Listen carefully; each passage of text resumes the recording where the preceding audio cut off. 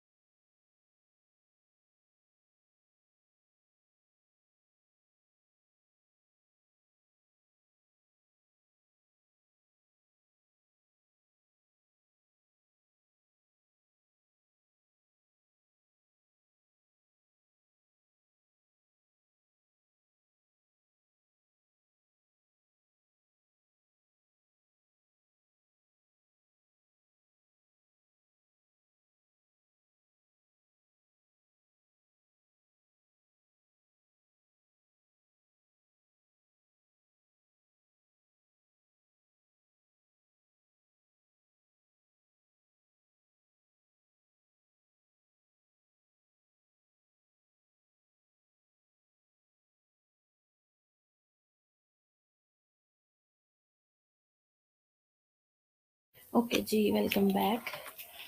14-15 student show हो रहे हैं मेरे पास। चले हम थर्ड लेक्चर है हमारा, थर्ड आवर, इसे हम स्टार्ट करते हैं। ज़रा मैं बेटा लेक्चर अपलोड कर दूँ, फिर हम लेक्चर स्टार्ट करते हैं। ओके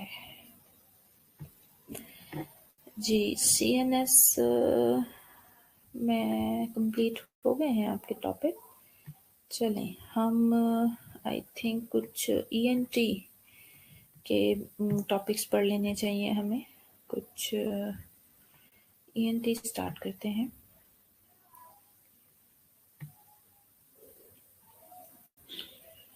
ओके, मुझे ज़रा 1-2 मिनट दीजिएगा। लेक्चर ज़रा मुझे लेना पड़ेगा मेरी ID से।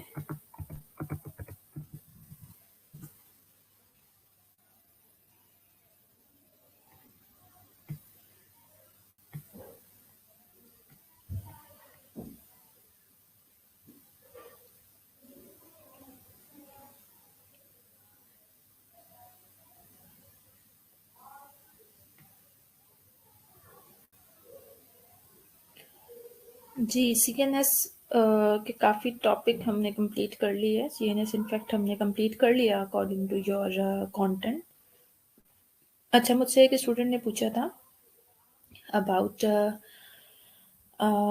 कि मैम असाइनमेंट जो मैंने भी आपको दिया वो रिटर्न नहीं। फ़िलहाल मैं आपसे ये कह रही हूँ कि तमाम स्टूडेंट, ये छोटे-छोटे से टॉपिक्स हैं, हेडेक है, माइग्रेन और ट्राइजेमिनल न्यूरैल्जिया है, पेन से रिलेटेड हैं।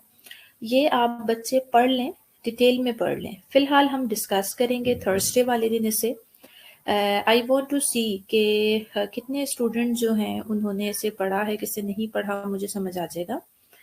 फिर देखते हैं, इंशाल्लाह आप आ जाते हैं कॉलेज जब, तो फिर मैं ये it would be your graded assignment. फिर मैं देखूंगी कि मुझे इसको आपसे रिटर्न फॉर्म में लेना है या मैंने इसकी कोई PPT बनवानी है या व्हाटएवर, ये मैं फिर बाद में देखूंगी। ठीक है बेटा? तो फिलहाल लेकिन आपके लिए यही है कि आप तमाम स्टूडेंट जो हैं, ये टॉपिक्स मैंने जो आपको दिया है, ये सब बच्चे पढ़ें, ठीक है जी? डिटेल में पढ़ें, समझ के पढ़ें। मैं किसी से भी कुछ भी पूछ सकती हूँ और देन मुझे आंसर उस स्टूडेंट से चाहिए होगा, तो इसलिए सब बच्चे इसको पढ़ लें। ओके जी, अभी आई थिंक मुझे ईएनटी में आपको ओटाइटिस मीडिया हमें पढ़ लेना चाहिए। चलिए जी, लेक्चर अपलोड करते हैं। बड़ी लंबी क्लास हो जाती है सेकेंड ईयर के साथ। Continue 3 hours. Where is desktop पे रखा है हमने।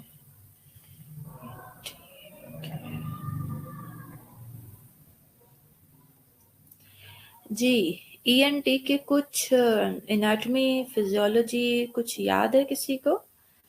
एयर की कुछ एनाटॉमी याद हो, जरा शेयर कीजिए मेरे साथ जी। किसी को याद है? जो भी याद है। लॉन्गेस्ट क्लास जी तलहा, लॉन्गेस्ट क्लास होती है और मेरे लिए भी इतनी ही लॉन्ग होती है, आपके लिए भी लॉन्ग होती है, but what we can do.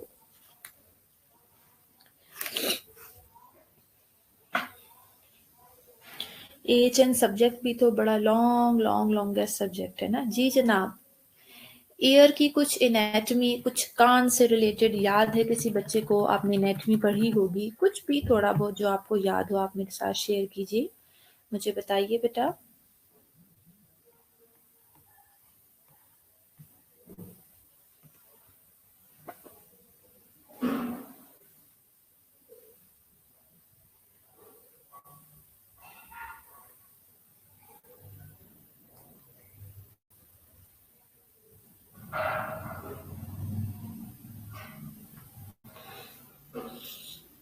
क्या मतलब बेटा एएचएन का सेमिनार? जी, किसी स्टूडेंट को कुछ याद नहीं है बेटा? कान से रिलेटेड कोई एनाटॉमी याद नहीं है? कुछ भी याद नहीं है किसी को? Ear has two portions, external and internal ear. Okay, middle air भी होता है तलहा।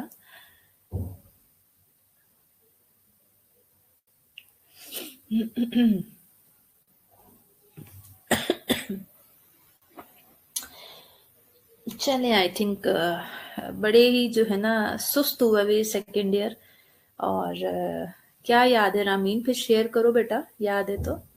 बहुत सुस्त हुई हुई है सेकेंड ईयर में, नोटिस कर रही हूँ। पढ़ते नहीं है आजकल, ऐसा ही है ना? ओके, ऑब्जेक्टिव्स क्या होंगे हमारे? We will define what is otitis media, acute otitis media. Then we will discuss the physical findings which are related to infection. Explain the management of otitis media and define what is mastoiditis, उसकी clinical manifestation और management क्या है। Thank you ji, join कर लिया आप लोगों ने। 15 students हैं स्टिल मेरे पास। आ जाएं बाकी बच्चे भी। यूजुअली 20-22 ही स्टूडेंट आपकी स्ट्रेंथ होती है बेटा, इससे ज़्यादा तो नहीं। और अच्छा, नफीसा ने रिप्लाई किया है। अच्छा, रामीन कहनी के घर रह के सुस्त ही होना है। अच्छा ठीक है जी, ओके। चलिए बेटा, डेफिनेशन सबसे पहले देख लेते हैं कि ओटाइटिस मीडिया है क्या। ये बेसिकली एक इन्फेक्शियस प्रोसेस है। किस चीज़ का? Middle ear cleft and to a variable extent of the mastoid air cell system. अच्छा, निम्रा ने कुछ आंसर दिया, पहले हम वो पढ़ लेते हैं। एक्सटर्नल ईयर है, मिडल ईयर है, इनर ईयर है। Middle ear separated by tympanic membrane, inner ear contain 3 ossicles. ठीक है, गुड निम्रा। चलें बेटा, अच्छा ठीक है। देन एनाटॉमी फिजियोलॉजी रिव्यू करनी पड़ेगी आपको। चीज़ें ना समझ आए दोबारा पूछ लीजिएगा। थोड़ा सा एयर की एनाटॉमी को रिव्यू कर लीजिएगा, फिर आपको अभी पढ़ लें, रिव्यू कर लीजिएगा एयर की एनाटॉमी। फिर हम कल दोबारा, ज़ाहिर है अभी हमने ईएनटी ही लेके चलना है, तो आपको कोई क्वेरी होगी, कोई बात नहीं समझ आएगी तो आप मुझसे पूछ लीजिएगा। ओटाइटिस मीडिया बेसिकली, अगर बहुत सिंपल लैंग्वेज में मैं आपको बताऊं तो ये मिडल ईयर के इन्फेक्शन को कहते हैं। और ज़ाहिर है फिर ये एक्सटेंड करके जा सकता है towards the mastoid air cell system. आप सबको पता है कि ये जो हमारा मिडल ईयर है, इसके साथ ही जो आपकी टिम्पेनिक बोन मौजूद होती है, वहाँ बीच में क्लेफ्ट मौजूद है, मेम्ब्रेन है बेसिकली वो, और वो एक एयर सेल सिस्टम्स हैं, यानी वहाँ पे जो सेल्स मौजूद है वो थोड़े ज़ाहिर है मेम्ब्रेन होती है दरमियान में, वो इन्फेक्टेड हो सकती है। सो जो ओटाइटिस मीडिया है मिडल एयर का इन्फेक्शन भी है, और उसके साथ साथ वो जो है मेस्टोइड बोन को, या जो मेस्टोइड बोन के जो मेस्टोइड एयर सेल सिस्टम्स हैं उसको भी वो अपने साथ शामिल कर सकता है इन्फेक्शन में।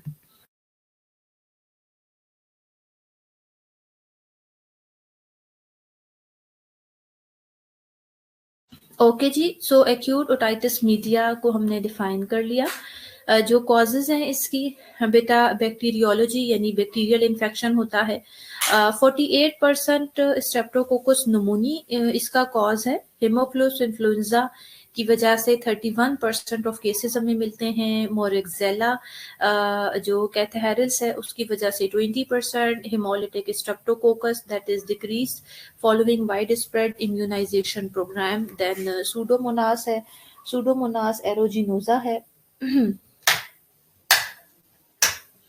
Pseudomonas aeruginosa है, that is uncommon cause of acute otitis media, यानी जो Pseudomonas aeruginosa है इसकी वजह से बहुत कम केसेस आपको मिलते हैं ओटाइटिस मीडिया के। रूटीन ऑफ इन्फेक्शन, यानी इन्फेक्शन बेसिकली जाता कहाँ से है, किस किस रूट के थ्रू ये जो इन्फेक्शन है या फिर ये इन्फेक्शियस बैक्टीरिया जो है वो मिडल ईयर तक पहुंच सकते हैं, और वहां से आगे जो आपका पूरा एक मेस्टोइड बोन के साथ मेस्टोइड एयर सेल्स का एक कंप्लीट कहना चाहिए कि वहाँ पे एक एरिया मौजूद है जिससे ये आपके लिए प्रॉब्लमेटिक कर सकते हैं, वहाँ पे इन्फेक्शन कॉज कर सकते हैं। तो वो ऑब्वियसली कुछ रूट ऑफ इन्फेक्शंस हैं जिसकी वजह से इन्फेक्शन वहाँ तक पहुँच रहा है। ठीक है, उन्हें भी हम देख लेते हैं वो क्या क्या रूट्स हैं।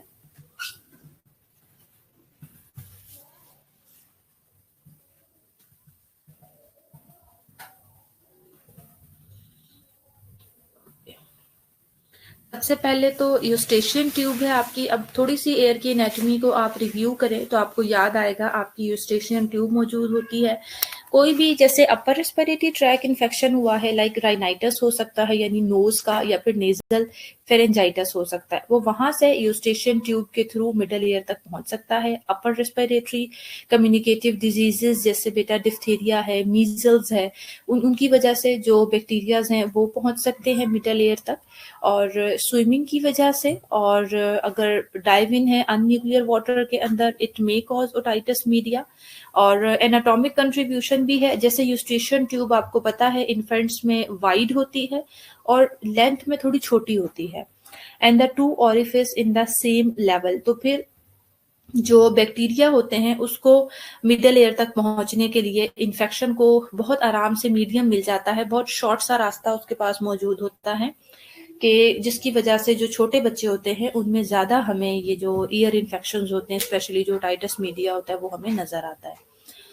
इसके अलावा एक्सटर्नल अक्वास्टिक कैनाल के थ्रू, और जो टिम्पैनिक मेम्ब्रेन है आपकी, यानी ये जो कान का पर्दा होता है कान के अंदर, इसके थ्रू भी जो इन्फेक्शियस ऑर्गन्स हैं वो मिडल ईयर तक पहुंच सकते हैं। आपको पता है कि एक्सटर्नल एयर के बाद आपका जब मिडल एयर स्टार्ट होता है तो वहां पहले आपका टिम्पैनिक मेम्ब्रेन मौजूद है।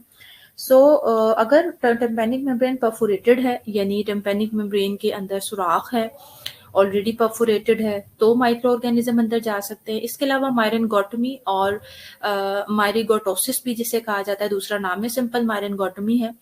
मायरेनगोटमी क्या होती है, बेसिकली कुछ ऐसे बच्चे होते हैं जिनके टिम्पैनिक मेम्ब्रेन के पीछे फ्लूइड एक्यूमुलेट होना शुरू हो जाता है। जनरली तो ऐसा नहीं होता, नॉर्मल सिचुएशन में तो ये है कि कोई फ्लूइड होता भी है तो वो आपके ज़ाहिर है नेज़ोफेरिंग्स के थ्रू वो थोड़ा वो जो भी फ्लूइड वो निकल जाता है। कुछ बच्चे ऐसे होते हैं जिनको रिपीटेड इन्फेक्शंस की वजह से बिहाइंड योर टिम्पैनिक मेम्ब्रेन, वहां पे फ्लूइड एक्यूमुलेट होना शुरू हो जाता है। अब फ्लूइड एक्यूमुलेट आपको पता है, पूरा जो हमारा मिडल एयर के बाद इनर एयर है उसका काम क्या है, बैलेंस मेंटेन करना। और साथ साथ आपको पता है जो मिडल एयर में इनर एयर में हमारा पूरा जो सुनने की जो सलाहियत होती है, जो हियरिंग होती है, उसका पूरा एक प्रोसेस वहां पर होता है। तो वहां अगर फ्लूइड एक्यूमुलेट होना शुरू हो जाता है तो वो जो वेव्स, हमारी साउंड वेव्स जो एक बिल्कुल ट्रांसपेरेंट मीडियम से गुजर रही होती हैं, वो उनको एक फ्लूइड के साथ जब रेजिस्टेंस मिलती है तो प्रॉपरली वो जो है नर्व्स हमारी ब्रेन तक नहीं पहुंच पाती, मैसेजेस ब्रेन तक नहीं पहुंच पाते, जिसकी वजह से हम सुन नहीं सकते।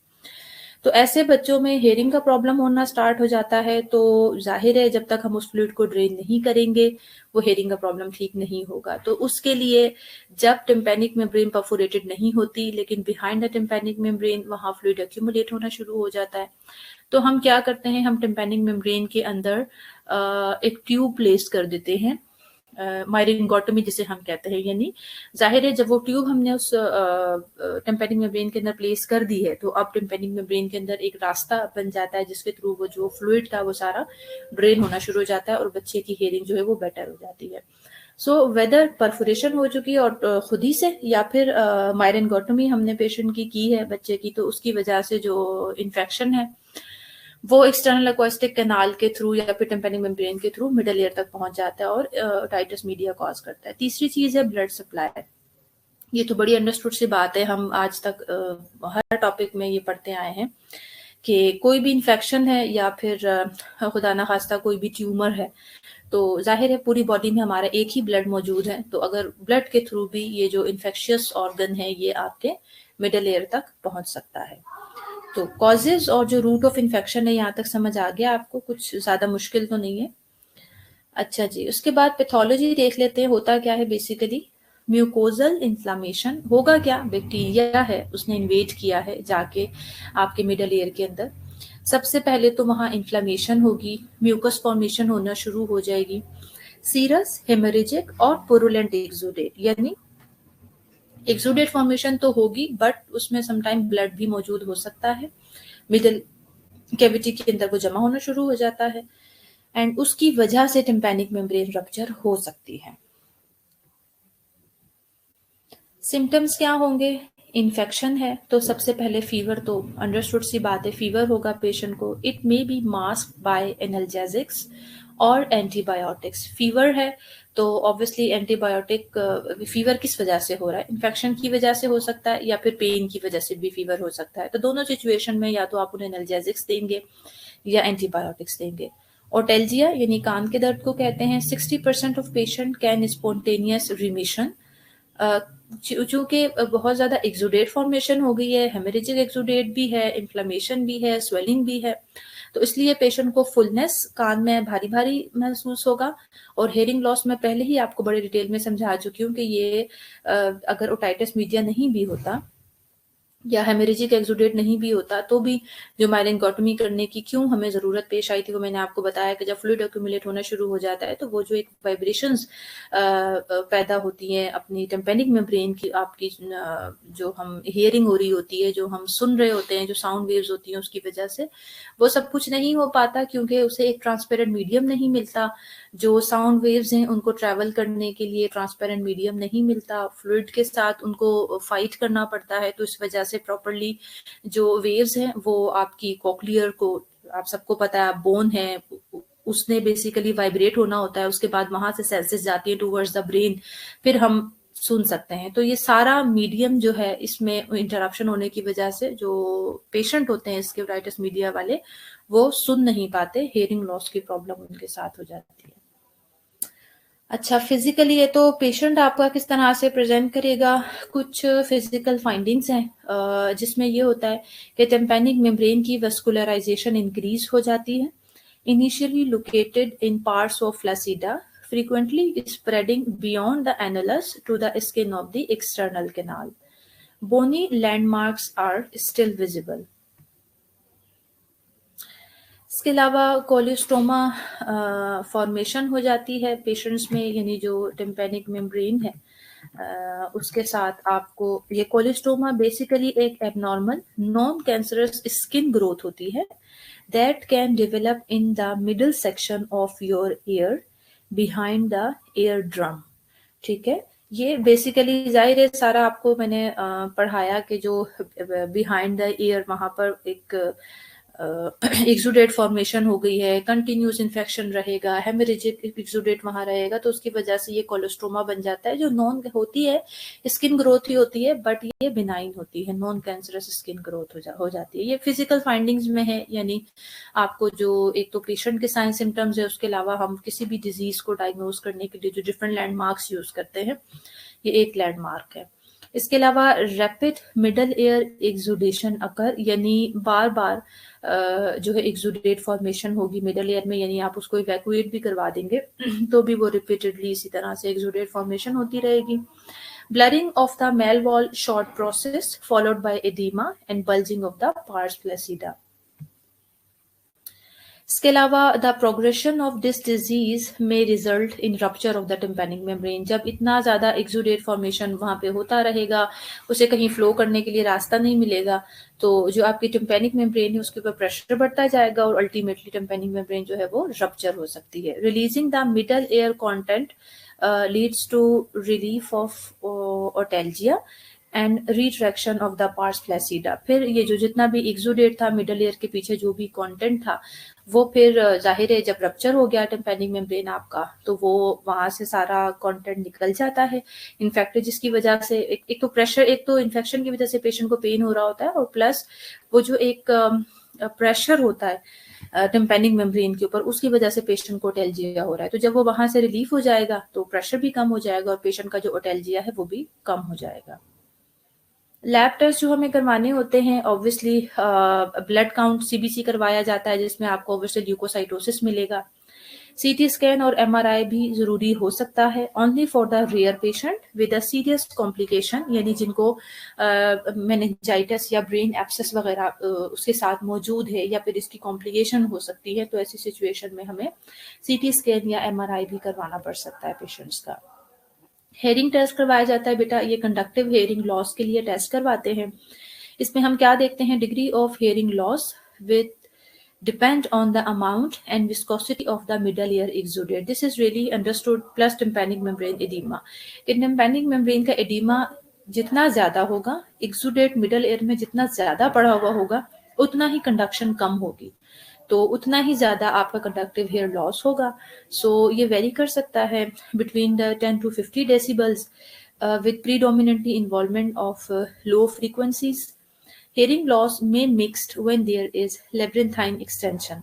अच्छा, इसमें ये है कि स्टार्टिंग में लो फ्रीक्वेंसी का हेयरिंग लॉस होता है, कंडक्टिव हेयरिंग लॉस होता है, यानी जो बहुत कम फ्रीक्वेंसी की आवाजें होती हैं हमारा पेशेंट उसे नहीं सुन पाता, लेकिन फिर उसके बाद आहिस्ता आहिस्ता जो है इसकी फ्रीक्वेंसी जो है वो भी बढ़ती जाती है, यानी बहुत ऊंचा भी आप बोलें तो भी आपका पेशेंट नहीं सुन सकेगा। मैनेजमेंट क्या है, सबसे पहले एंटीबायोटिक थेरेपी है। एंटीबायोटिक से सबसे पहले आप उसका कल्चर करवा के सेंसिटिविटी चेक करते हैं कि किस मेडिसिन या किस एंटीबायोटिक को ये सेंसिटिव है। सो एंटीबायोटिक की सेंसिटिविटी चेक करने के बाद या बैक्टीरियोलॉजिक कल्चर करने के बाद हम पेशेंट को एंटीबायोटिक थेरेपी देते हैं। ट्रेडिशनल ड्यूरेशन इसका बेटा 10 to 14 डेज होता है, और जो आजकल करंटली ड्यूरेशन यूज हो रहा है 5 to 7 डेज के लिए हम एंटीबायोटिक पेशेंट्स को देते हैं। बाकी नेजल डिकंजेस्टेंट्स दिए जा सकते हैं, बेड रेस्ट है, लाइट डाइट पे रखेंगे पेशेंट को, और कोई भी इरिटेंट है जैसे बहुत कॉमन है स्मोकिंग, तो उससे हमने अपने पेशेंट को बचाना है, क्योंकि इसकी वजह से पेशेंट का ज़्यादा जो है ये प्रॉब्लम बढ़ जाती है। प्री परफोरेशन नहीं हुई है फिलहाल, तो पेन रिलीफ ड्रग्स देंगे पेशेंट को, और अगर ज़ाहिर परफोरेटेड नहीं है, अभी टाइम्पैनिक मेम्ब्रेन रप्चर नहीं हुई है, तो हमें खुद से मायरिंगोटोमी करना पड़ सकती है, सर्जरी जो मैंने आपको बताई थी।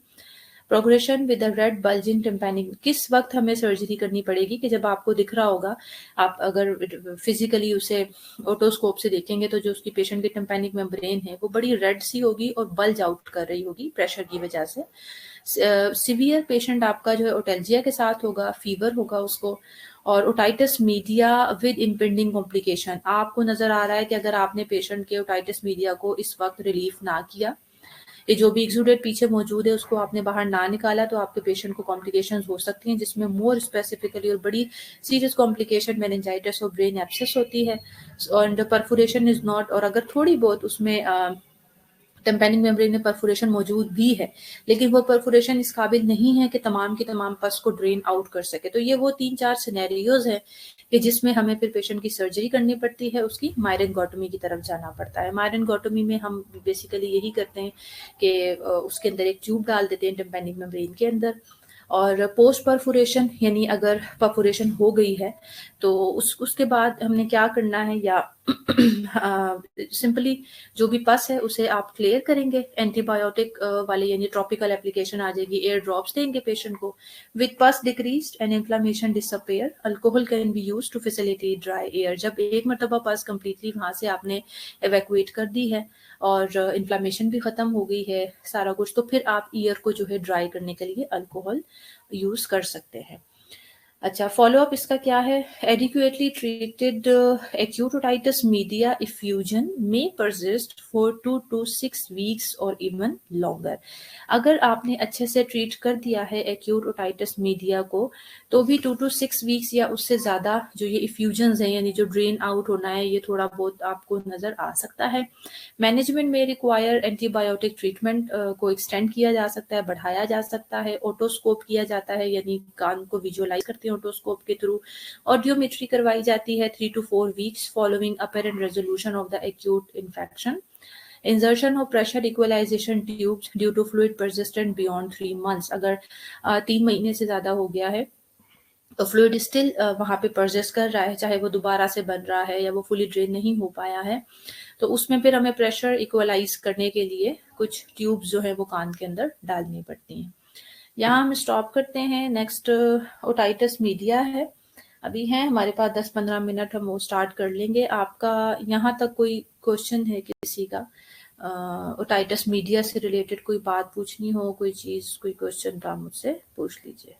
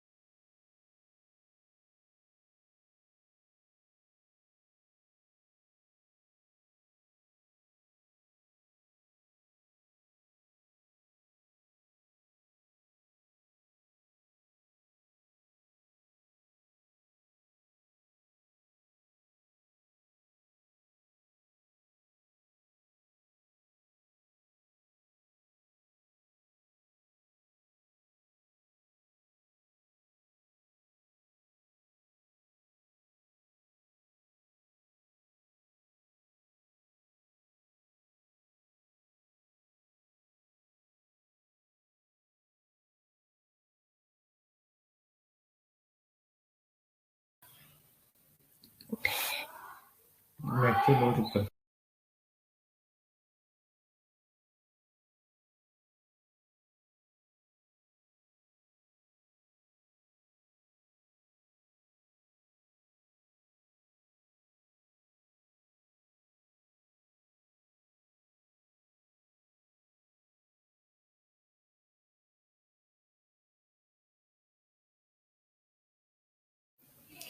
ओके जी, एक स्टूडेंट ने रिक्वेस्ट की है, आई थिंक उन्हें लास्ट स्लाइड की नहीं समझ आई। मैं आपको ये बता रही थी कि अगर हम एडिक्वेटली ट्रीट कर देते हैं अपने पेशेंट को, एक्यूट ओटाइटिस मीडिया के साथ आपके पास पेशेंट आया है, उसकी जो एफ्यूजन है यानी वो जो सारा एक्सुडेट है, हम उसे एडिक्वेटली ट्रीट कर देते हैं, तो उसके बावजूद भी चांसेस होते हैं कि 2 to 6 वीक्स तक या फिर उससे ज़्यादा टाइम पीरियड के लिए जो ओटाइटिस मीडिया है वो परसिस्ट कर सकता है।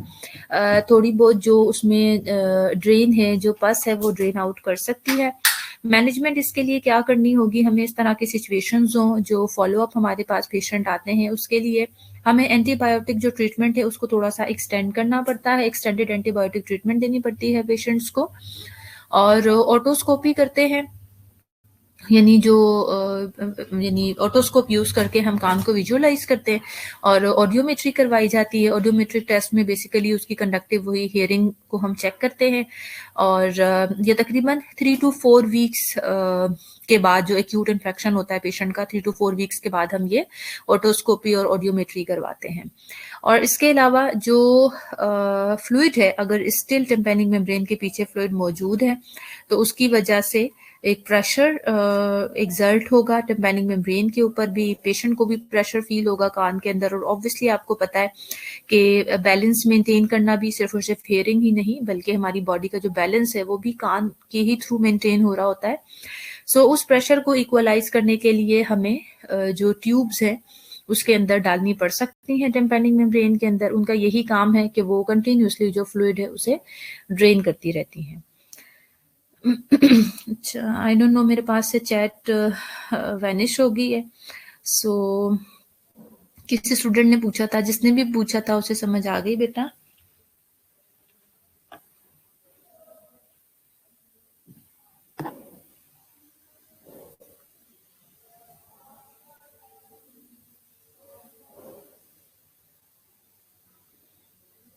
ओके, तकरीबन 11:15 होने लगे हैं। अब अगर हम नेक्स्ट टॉपिक स्टार्ट भी करेंगे तो हम उसे डिफाइन के अलावा कुछ नहीं आगे पढ़ सकेंगे।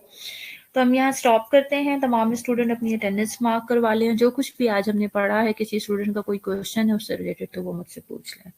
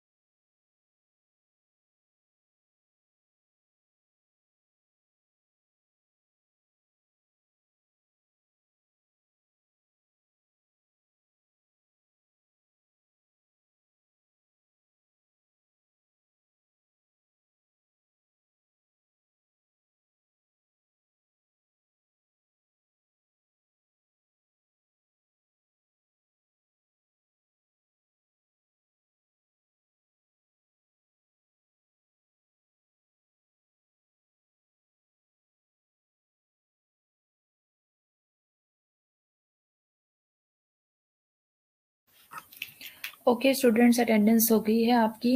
किसी स्टूडेंट का कोई क्वेश्चन नहीं है तो अब इंशाल्लाह हम अपनी नेक्स्ट क्लास में जो है इसे कंटिन्यू करेंगे। Take care yourself. अल्लाह हाफिज़।